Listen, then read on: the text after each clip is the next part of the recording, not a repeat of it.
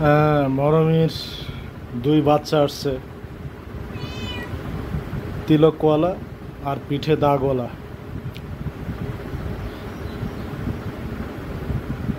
ওদের নামকরণ করব আরও পরে, যখন ছিন্ন বিচ্ছিন্ন হয়ে একজন টিকবে।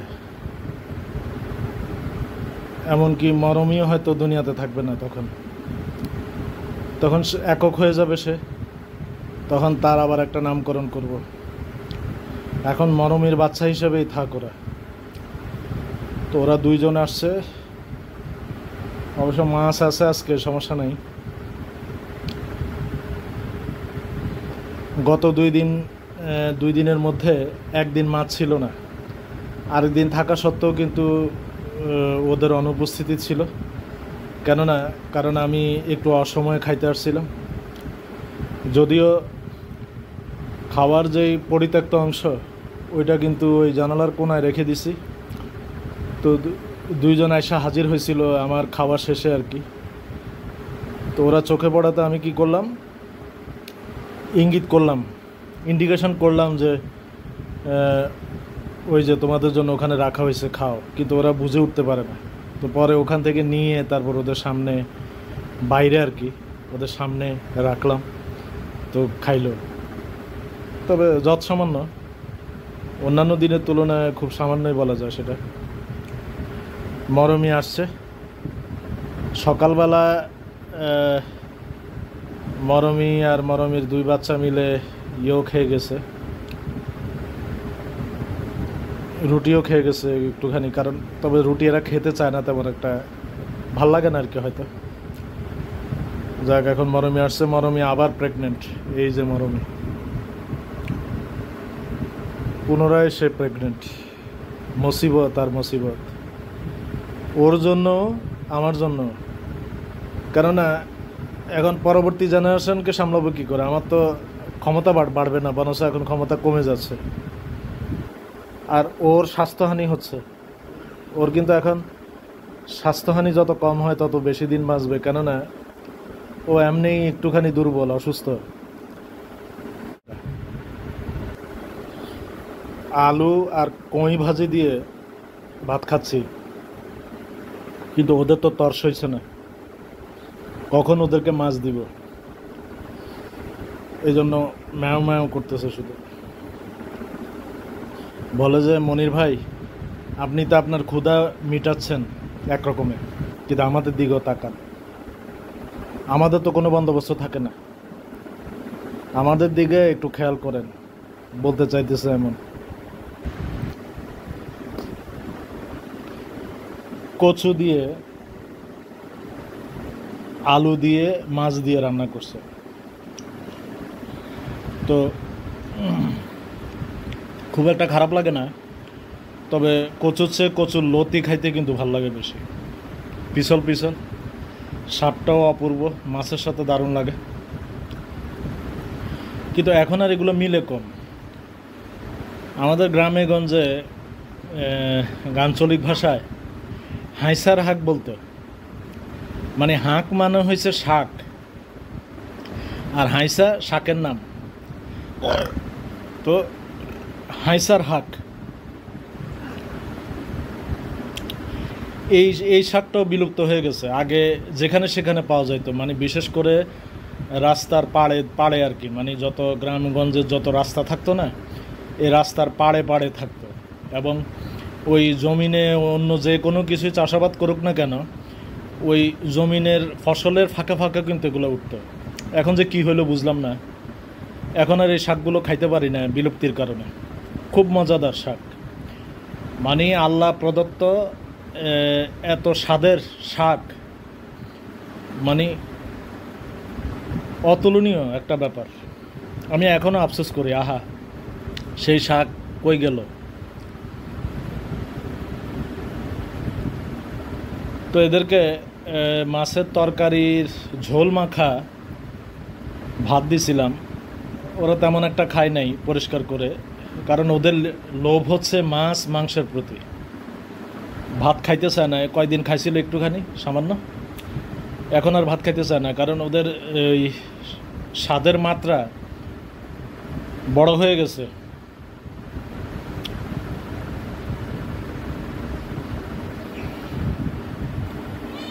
নাও নাও নাও।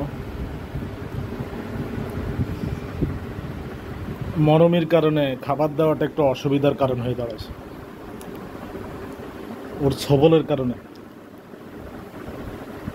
এই তিনজন তিন দিকে ছড়ানো ছিটানো থাকে, তো ভিডিওতে একসাথে ধারণ করাটা একটু কঠিনই হয়ে যায়। এদিকে মোবাইল বাঁচানোর তাগিদও থাকে মনের ভেতরে সবসময়, কারণ যে কোনো মুহূর্তে হাত থেকে পড়ে যাওয়ার একটা সম্ভাবনা থাকে। যেভাবে ধরি আর কি, ধরার কৌশলটা খুব বেশি সুবিধাজনক না।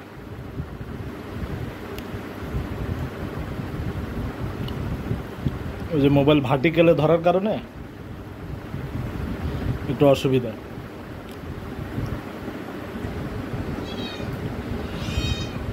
মেরুদণ্ডধর্মী কাঁটাটা বাইরে দিছি, কারণ ঘরে দিলে ওরা টুকরো টুকরো করে অনেক ভাগ করবে, ওই পুরোটা খাইতে পারে না তো শক্তের কারণে, ওই জন্য বাইরে দিলাম। কিন্তু বাচ্চারা বাইরে গিয়ে ঘুরে চলে আসছে, কারণ কি জানি এইদিকে ওইদিকে থাকার কারণে এইদিকে আবার মিস করে ফেলে কিনা, এই জন্য ওরা ওই কাঁটা ছাড়াই চলে আসছে, খাওয়া ছাড়া।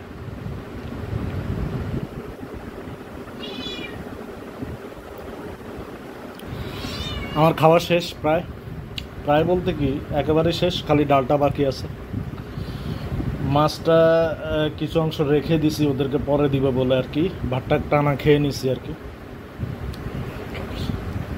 তো যে কথাটা বলতে চাই, আসলে যে যেটা পছন্দ করে সেটার প্রতি তার অনুভব, আগ্রহ এবং একটা দৃষ্টিপাত থাকে তীব্র।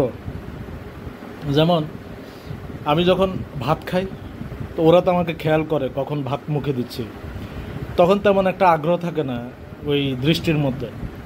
কিন্তু যখন মাছ খাই, কিন্তু মাছ যে খাইতেছি এতটা বোঝার কথা না আঙ্গুলের আড়ালের কারণে, কিন্তু তাদের নজরটা কিন্তু খুব তীক্ষ্ণ হয়ে যায়, বুঝে যায় ওরা যে এটা যে মাছ, এই অংশটা যে মাছ খাচ্ছি, তখন নজরটা অনেক তীক্ষ্ণ হয়ে যায়।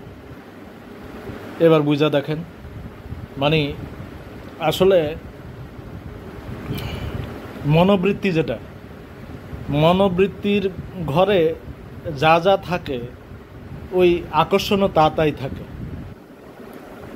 সেটা মানুষের ক্ষেত্রে হোক আর পশুর ক্ষেত্রে হোক। তো কথা তো অনেক বললাম, এবার দেখি ওদেরকে একটুখানি দেই। নাও নাও। এই এটা তো ঠিক হলো না, ওই তিলকলারটা দাগলাটা গিয়ে খেয়ে ফেললো দৌড়ে। এটা তুমি ভালো কাজ করো নাই, তোমাকে তো আমি দিতামই। লাভ কি হইলো, তোমার ভঙ্গ করে, শৃঙ্খলা ভঙ্গ করে। এখন তোমারটা ও তো খাবেই, আমি কি তোমারটা ওরে দিব? ওরটা তোমারে দিব? তোমার এই কথাটা বোঝা উচিত ছিল, তাই না? তুমি কিন্তু এটা অন্যায় করছো, এটা অন্যায় হয়েছে তোমার, এই কাজটা কিন্তু তুমি ঠিক করো নাই। নাও নাও নাও নাও। হ্যাঁ, ওরটা ওরে খাওয়ানো গেছে, ওর ভাগেরটা, এবার শান্তি।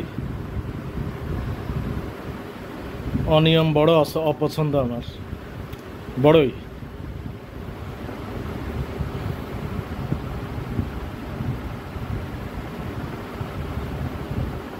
সেটা ব্যক্তি স্বার্থে হোক আর জাতীয় স্বার্থেই হোক না কেন, অথবা সামাজিক কোনো সূত্রে হোক না কেন, অন্যায় বরদাস্ত হয় না আমার। দেশে এখন যে অরাজকতা চলতেছে, আল্লাহ জানে দেশ কোন দিকে নিয়ে ছাড়ে। এসব ব্যাপারে এখন আর কথা বলতে অরুচি হয়।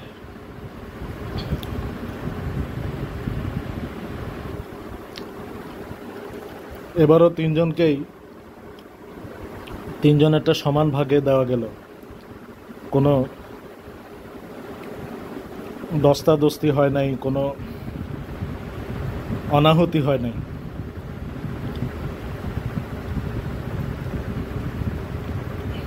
ওই যে ঠেকায় পড়লে ভাতও খায়। এতক্ষণ যে ভাতকে ইগনোর করে গেছে, এখন মাছ টাছ খাওয়ার পরে এখন যখন বুঝতেছে না এবার খাবার তো শেষ, আমার স্বার্থ তো উদ্ধার হয়ে গেল, তো এবার ভাতগুলো খেয়ে ফেলি। ওই দেখেন সব চেটে খেয়ে ফেলতেছে। এবার কি পরিমাণ ধুরন্ধর এবার বুঝছেন? তাহলে একটা বিড়াল যদি এত ধুরন্ধর হয়, মানুষ কত ধুরন্ধর দুনিয়াতে।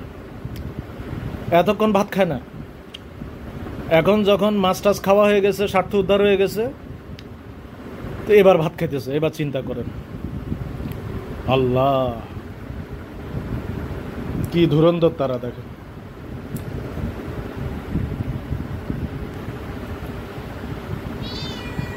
মরমী আবার আগের মতো খেকি দেওয়া শুরু করছে।